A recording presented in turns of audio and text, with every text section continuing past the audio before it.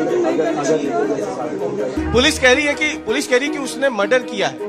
झूठ बोल रही भैया, मेरा बच्चा तो मर्डर नहीं कर सकता। कितनी बार बोलूं, कभी ऐसा नहीं कर सकता। इंदौर के राजा रघुवंशी की हत्या की साजिश में पुलिस ने राज कुशवाहा को पकड़ा है।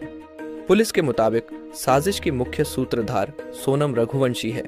दोस्तों, शुरू का ये वीडियो देखकर आप समझ गए होंगे आज का मेरा ये वीडियो किस पे होने वाला है। दोस्तों, आपने ये खबर सुनी ली होगी कि सोनम ने, जो इंदौर की रहने वाली थी, अपने पति को रास्ते से हटा दिया। जी हाँ दोस्तों, ये चालाक औरत अपनी मोहब्बत के लिए, जिसका दूसरे के साथ अफेयर चल रहा था, उस मोहब्बत को पाने के लिए इस औरत ने अपनी हंसती खिलती ज़िंदगी बर्बाद कर दी। दोस्तों, इस सोनम की कुछ दिन पहले शादी हुई थी और शादी होने के बाद ये उस परिवार में मिलजुल कर रह रही थी।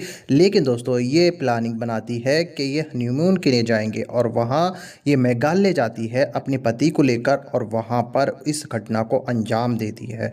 दोस्तों, अभी मैं आपको जो वीडियो दिखाऊंगा, उस वीडियो में आपको इस सोनम का जो आशिक था राज कुशवाहा, उसके घर वालों का बयान देखोगे कि ये राज कुशवाहा कैसा था, उसने क्या किया और उसके परिवार ने क्या खुलासा किया है उस राज कुशवाहा को लेकर, अपने बेटे को लेकर। दोस्तों, ये वीडियो मगर मैं आपको अभी पूरा दिखाऊंगा, लेकिन ये वीडियो दिखाने से पहले मेरी आपसे गुजारिश है, आज का मेरा ये वीडियो पूरा एंड तक जरूर देखें। और इस बीच एक सबसे बड़ी खबर आपको बता दें, सोनम के प्रेमी के घर पहुंची है IBC 24 की टीम। राज कुशवाहा के घर IBC 24 की टीम पहुंची है। हत्या का मास्टरमाइंड है राज कुशवाहा। आ जाऊंगा घर, तो मम्मी ने फिर उसको 11 बजे फिर से फोन किया। मम्मी ने बोला बेटा तू कहाँ है? उसने बोला आप लोगों को कैसे पता चला कि रात को गिरफ्तार कर लिया? हम फोन लगाए, सुबह गोविंद भैया का फोन आया। गोविंद भैया फोन लगवाए, अपने दुर्गेश भैया काम करते ऑफिस में। उनने फोन लगाया कि राज से बात करवा दो, राज को बात करवा दो। तो भैया हम सब जागे और मैं सुहानी को जगाया। मैंने सुहानी भैया का फोन लगा, दुर्गेश भैया का फोन आए थे, हम फोन लगाए तो मोबाइल बंद बताया। फिर हम विक्की को फोन लगाया तो वो भी मोबाइल बंद बताया। और फिर राज को फोन लगाया, सबका मोबाइल बंद गया। भैया जब से हम रो रहे हैं, हमको पता नहीं चला। मम्मी, ये आप ये बताइए कि राज कहाँ काम करता था? क्या सोनम के पिता के घर पे, गोविंद के यहीं पे काम करता था? गोविंद के यहाँ भी काम करता था, वही काम करता था। कितने सालों से काम करता था? 2 साल, 2-3 साल हुए, 3 साल अभी नहीं हुए। 2 साल हुए। ओ भैया, रात में बुलाते गोदाम में गाड़ी भरवाना तो रात में जाता, दिन में बुलाते दिन में जाता, रात भर वहीं रहता काम पे। कभी जरूरत पड़ जाती तो एक रात वहीं गोदाम में बना रहता। और दुर्गेश भैया भी साथ में रहते थे। और ये बात जो ये बता रहे कि फोन आया करे तो दुर्गेश भैया बोलते, जो साथ में रहते थे, हमेशा साथ में रहते थे राज और दुर्गेश, वो बोलते थे कि कभी राज ऐसा नहीं कर सकता। चाहे भैया उससे भी बयान लेना ना, वो बोलता भरोसा हम पे। गोविंद भैया भी बोला कि हमको भरोसा कि राज कभी ऐसा काम नहीं कर सकता। राज कभी यहाँ से शिलोंग गया था या शिलोंग जाने की आप लोग? कभी नहीं गया, कभी नहीं गया भैया, कभी नहीं गया। मैं गाँव, अबे हम गांव से हम 10 दिन हो गए, 10-11 दिन हो गए आज से। मैं रोज फोन लगाती थी, बउआ तो ठीक है, बउआ हम भैया आ जाते जल्दी। हमारे सास की पथरी हो गई, बीमारी हो गई थी, इसलिए नहीं आ पाए। नहीं, हम 8 दिन के लिए गए थे। ये राज बाहर था, कहीं बाहर गया था? बाहर नहीं था भैया, कहीं भैया। और ये बात गोविंद भैया से पूछो, रोज गोविंद भैया के पार्टनरशिप से पूछो, जहाँ काम करते थे, रोज सुबह जाता था, शाम को आता था। कुछ दिनों में 10 से 15 दिन नहीं भैया, कहीं नहीं गया। लेट आया और फोन पे किसी से बात करता हो, ऐसा कुछ आपको अनुमान? अब भैया ये हमको कहाँ से मालूम, हम गांव में रहे, पर फिर भी ये मालूम है भैया कि वो कहीं गया नहीं। मैं सुबह शाम रोज फोन लगाती थी, रोज फोन लगाती थी, बउआ कहाँ है, बउआ खाना खाया कि नहीं खाया, रोज बताता था मम्मी मैं आ गया हूँ, मैं खाना खाया, कहीं 11 बजे, कहीं 10 बजे। दुर्गेश भैया से पूछो, भैया वो तो साथ में रहते थे। ये जो यस्ती था एक, और ये कौन था? ये भाई राखी बांधती बिटिया भाई। अच्छा, क्या नाम है इनका? विक्की। विक्की। हाँ। तो इनको भी पुलिस ने पकड़ा है? आप लोगों को पता है इनको भी पकड़ा? ये पता है, इनको भी पकड़ा। इन्हीं के घर में था मेरा राज। हाँ। इन्हीं के घर में था मेरा। इनके घर में ही रहता था। अब ये पता नहीं है कहाँ से।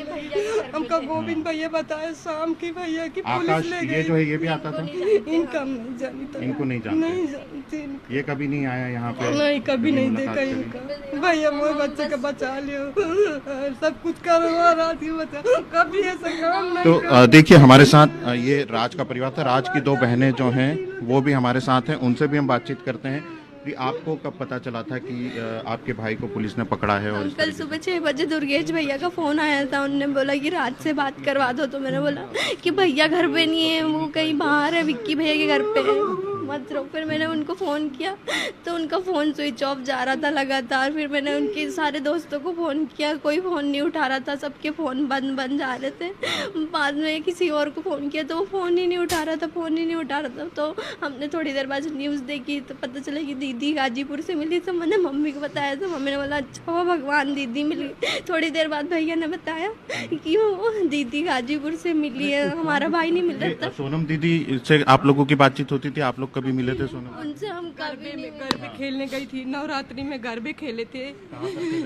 अभी जहाँ गोविंद भैया भी गए थे, और उनके पूरी जो टीम काम करती ना, वो सब टीम सहित काम पे गए थे सब। बस वहीं साथ में गए, गरबे खेले, बस घर आ गई। बाकी भैया हम कभी नहीं देखा उसको, लड़की को कभी नहीं देखा। आप लोगों को ये पता था कि सोनम, मतलब पुलिस का ये कहना है कि सोनम और राज का अफेयर था, तो आप लोगों को हम कहे कुछ नहीं मालूम, ऐसी कोई बात नहीं। कभी भैया यहाँ रहते, हमको 10 साल हो गए और थोड़ा आगे, कभी भी किसी से पूछ लेना, कभी किसी लड़की से नहीं बात करते हुए भी नहीं दिखता था। तो कभी हम ऐसा नहीं किसी बोलेंगे। से बातचीत कराओ, मोबाइल में बातचीत करते हुए नहीं सोनम से अंकल, कोई बातचीत करते? बस उनसे अब उनका फोन आता तो यही बात होती कि गाड़ी भरवा रहे हैं, गाड़ी खाली करवा रहे हैं, भैया से बात करी, बस हमें यही फोन पे बात होती थी। जब हमारे सामने में कभी सोनम दीदी का फोन आया हो? हाँ, काम के विषय में आता था, गाड़ी भरवानी, गाड़ी खाली करनी, गोडाउन पे सोनम का फोन आता था? गोविंद भैया का और उनके पापा का जो अंकल है, जो लड़कियां काम करती थी वो देखना, और जो भी दीदी लोग हैं उन सबका फोन आता था, कस्टमर्स का फोन आता था, बस फोन आते रहते थे उसके। और बस अंकल उसको छुड़वा दो। ये जो एक और दोस्त आप लोग बता रहे हैं जो विशाल है, ये विशाल कब से साथ में था? वो हमारे भैया हैं, वो भी हमारे साथ रहते हैं। उनकी दोस्ती 4-5 साल से। वो कहाँ पे रहते?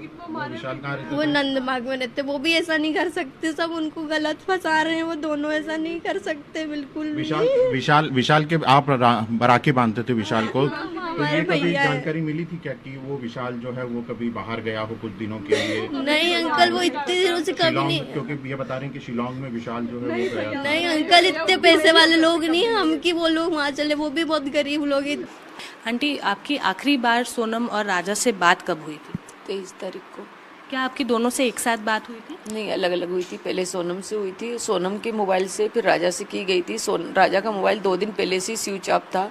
तो मैंने सोनम से बोला कि राजा का मोबाइल अभी तक चालू क्यों नहीं हुआ? बोले नहीं मम्मी, उनका तो बंद है। तो वो तो बैग में रख लिया, बोले उनने तो रख लिया था कि रखवाया गया था, ये भी मेरे को नहीं पता।